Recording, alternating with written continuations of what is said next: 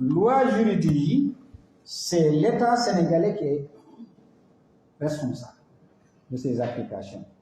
Parce que la légitimité, madame, sur la violence, pour que nous imposer en tant qu'État, sans état d'âme, sans sentiment, nekkul ci loxo kenn ni de COSEF ni ci ñeneen.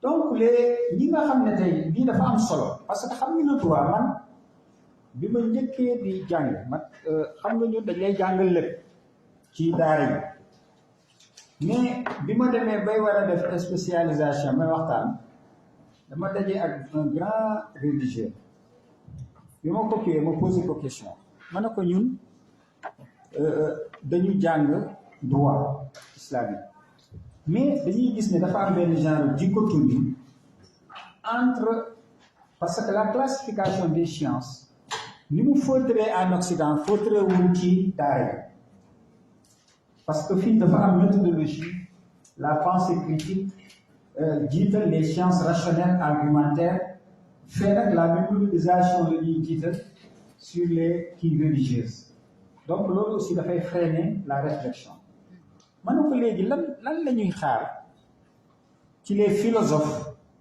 ak les lois ci droit pour que ñu dimbali les nations islamiques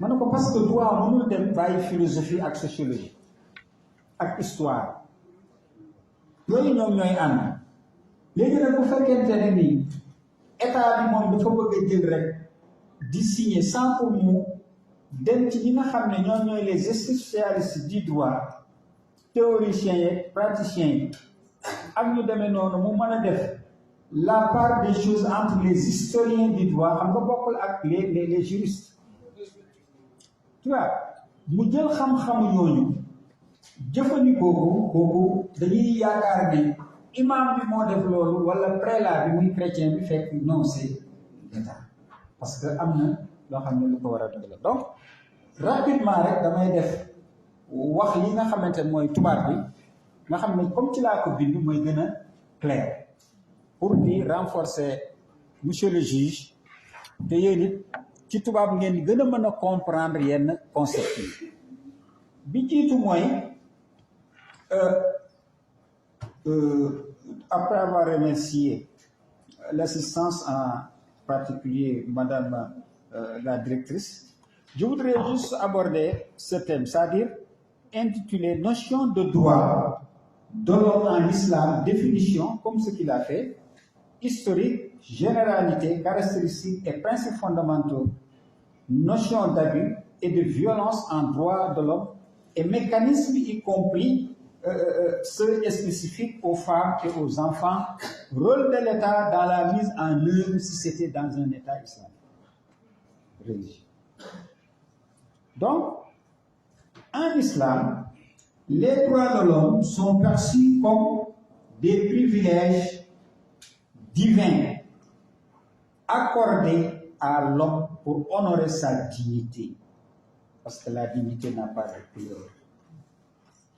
Ils sont ancrés dans le Coran et les traditions prophétiques sunna et englobent des droits fondamentaux tels que la vie, la dignité, la justice, l'égalité, la liberté fondamentale telle que la vie, la liberté d'expression et de religion. Historiquement, l'islam a établi un cadre de droit et de devoir visant à garantir la protection, la liberté et la dignité de l'individu dès sa naissance. Donc, notion des droits de l'homme en islam, définition, ça je l'ai un peu brossé. Donc, dans la perspective islamique, les droits de l'homme en arabe, huquq al-insan, sont des droits inhérents et inaliénables accordés par Dieu Allah à chaque être humain, indépendamment de sa race, de sa nationalité ou de sa religion. Ils ne sont pas concédés par un État ou une assemblée législative, mais sont de nature divine. Ils font partie intégrante de la loi sacrée Sharia. et sont considérées comme des obligations religieuses que la communauté, c'est-à-dire la Oumma islamique, et l'État doivent respecter et faire appliquer. Le fondement philosophique, parce que quand on parle de droit, particulièrement des droits de la femme, ça relève plutôt plus de la philosophie que du droit pur. Surtout en s'inspirant de la Déclaration des droits de l'homme de 1948. Donc,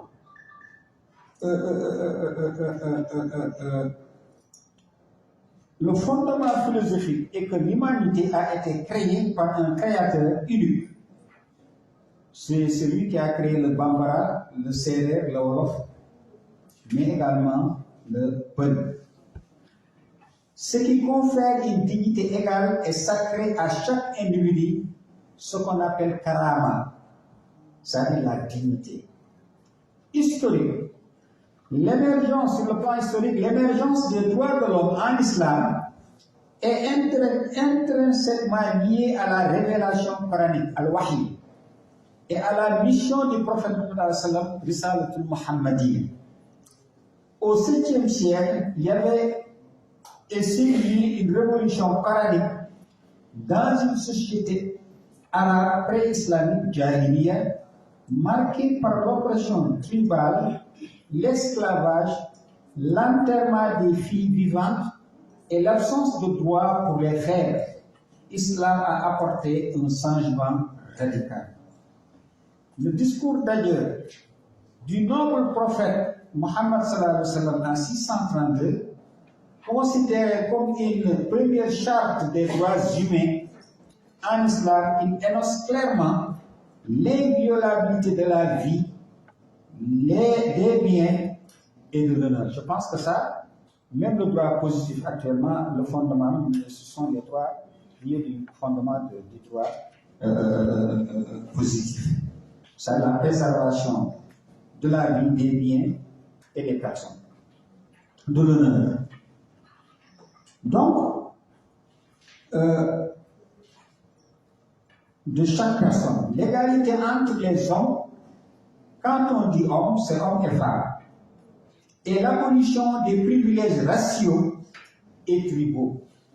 La Constitution de Médine de 622, premier document politique de l'État islamique, il a établi un pacte entre les musulmans, les juifs, les chrétiens et les autres tribus de Médine, garantissant la liberté religieuse et les droits et devoirs communs, formant ainsi une nation pluraliste basée sur la citoyenneté et non sur la foi. Période califale. Donc, les califes bien guidés, Rachidoun, Al-Khalafa al-Rachidoun, et les dynasties suivantes ont développé une jurisprudence, ce qu'on appelle le fiqh. Le mot fiqh vient de la perspicacité, c'est-à-dire une chance aiguë.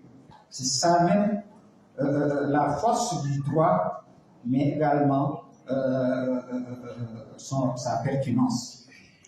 Donc, détailler, encadrant les droits des individus, donc des pratiques comme la protection des gens du livre, al-Kitab, juifs et chrétiens, ou le célèbre décret d'Umar ibn al-Khattab garantissant la sécurité des habitants de Jérusalem sont des exemples historiques. Généralité et caractéristiques. Source divine. Leur source est transcendante. Le Coran est la Sunna. J'aimerais bien qu'on prenne une photo. Si possible, on enregistre ce que je suis en train de faire. Donc, en tant que créature de Dieu, mais dans un cadre qui reconnaît la souveraineté divine. Ok, merci. Donc, intégralité et équilibre, c'est-à-dire misère. Les droits sont équilibrés par des devoirs envers Dieu, la société, la famille et soi-même. Il couvre tous les aspects de la vie spirituelle, morale, mais également économique, sociale et politique. Si on parle de politique, on va dire super et structure. ce qu'elle parlait des gauchistes. Donc, en réalité, indivisibilité, il n'a pas de séparation stricte entre les droits civils et les droits religieux. Le droit à la vie, par exemple, est à la fois un droit légal et une obligation religieuse. Sur le plan réalisme et praticabilité, la charia prend en compte la nature humaine et les réalités sociales, établissant des droits qui sont réalisables et proportionnels. Sur les principes fondamentaux, le droit à la vie, haqqul hayat, la vie humaine est sacrée, le Coran assimile le meurtre d'une personne innocente au meurtre de l'unité tout entière. C'est un verset coranique. La liberté de religion, hurriyatul i'tiqad, nulle contrainte en religion. La ikraha fi din. L'islam reconnaît le droit de choisir sa foi librement, même s'il encourage la propagation de son message, c'est-à-dire à partir de la version mohammedienne. Parce que l'islam considère qu'il est la continuité des deux autres religions entre elles, à savoir le christianisme et le judaïsme. Donc il partage avec elles, ces deux religions, les mêmes valeurs fondamentales. Et également, donc, l'islam reconnaît le droit de choisir sa foi, même s'il encourage la propagation de son message, comme je viens de le dire. En matière de dignité et de légalité, Al-Karam wal-Musawa, nous avons honoré les fils d'Adam. Ça, c'est un verset du Coran. 17, Surat 17, verset 70. Tous les humains sont égaux devant Dieu, la seule distinction étant dans la piété. Le droit à la justice, haqqul adl, l'équité et le juste procès sont des obligations absolues, même envers ses ennemis. Le droit à la propriété, qu'il soit homme ou femme, haqqul milkiya, la propriété privée est protégée. L'usurpation, le vol et la fraude sont strictement interdits.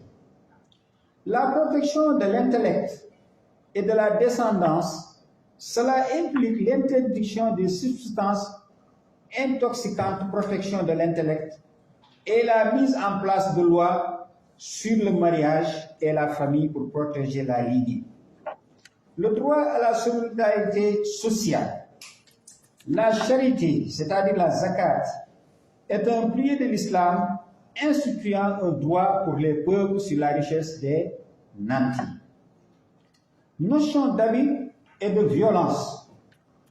Un abus, selon le droit islamique, un abus ou une violation des droits de l'homme se produit lorsqu'un de ces principes divins est transgressé, que ce soit par un individu, un groupe, un État. Cela inclut d'abord l'oppression, c'est ce que veut dire zulm, et toute forme d'injustice, qu'elle soit politique, sociale ou économique. La privation des droits fondamentaux, c'est-à-dire refuser l'accès à la justice, à l'éducation, à la subsistance. Donc c'est un abus et une violation. Également la torture et les traitements dégradants expressément interdits par le prophète.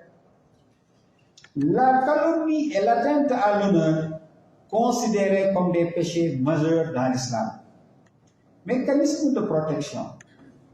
Donc, mécanismes généraux. La hisba, c'est-à-dire institution de recommander le bien et d'interdire le mal, qui inclut une sage, c'est-à-dire de veiller au respect des droits dans l'espace public et les marchés. Le mazalim, tribunal des griefs, permettant aux citoyens de porter plainte contre les abus de pouvoir des gouverneurs et des fonctionnaires. L'ijtihad, l'effort d'interprétation juridique, permet d'adapter, et ça c'est très important, les principes généraux aux nouvelles formes de violation. Ça va même au-delà des abus et des violences, mais ce principe voudrait que, comme on parle de jurisprudence, alors que la jurisprudence c'est le commentaire du droit, donc on doit l'adapter selon les circonstances de temps et de lieu. Parce qu'on ne peut plus prendre des lois cadiques qui sont tombées depuis 1000 ans, 1200 ans en désuétude pour l'appliquer en 2025. Donc, le droit au consentement au mariage, un mariage est validé ou bien est valide sans le consentement de la femme. La femme a droit de ne pas consentir. Voilà. Voilà. C'est invalide. Donc, j'ai mal dit. Donc, je répète, droit au consentement au mariage, un mariage est invalide sans le consentement de la femme.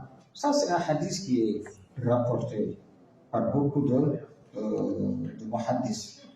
Droit de garde, hadana, de garde des enfants.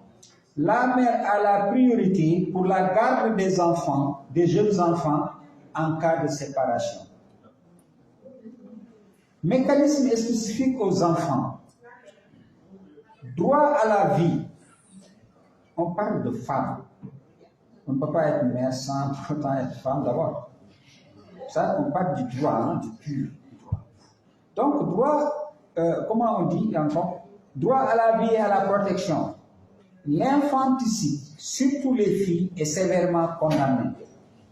Droit à la filiation, ce qui nous intéresse nous tous ici. Droit à la filiation légitime, non stop.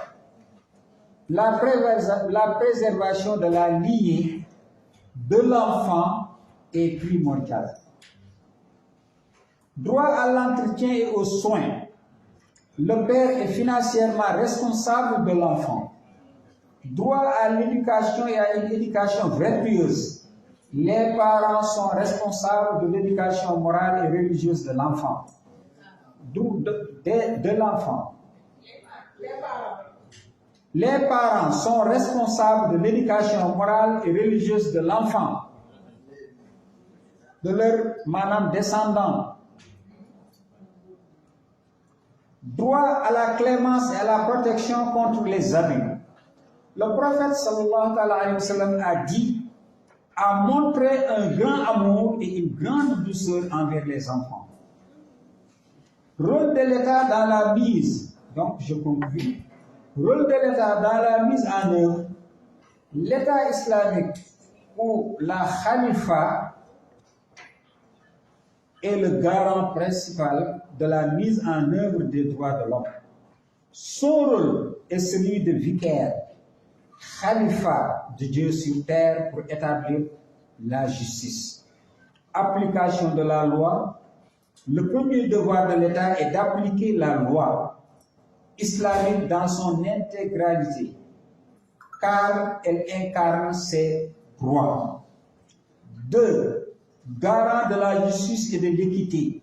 L'État doit établir un système judiciaire indépendant et accessible à tous pour trancher les litiges et protéger les droits des citoyens.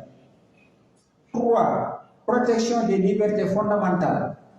L'État islamique doit garantir la sécurité des personnes, leurs biens, leur honneur et leur liberté de culte, ou bien liberté de manière générale pour les non-musulmans. Lutte 4. Lutte contre l'oppression. Zulm. L'État a l'obligation d'intervenir pour mettre fin à toute forme d'injustice au sein de la société. 5. Solidarité sociale et équité économique. Par la collecte et la redistribution de la zakat, aumône légale, et d'autres mécanismes, l'État doit assurer un niveau de vie décent à tous et lutter contre la pauvreté. 6. Éducation et sensibilisation.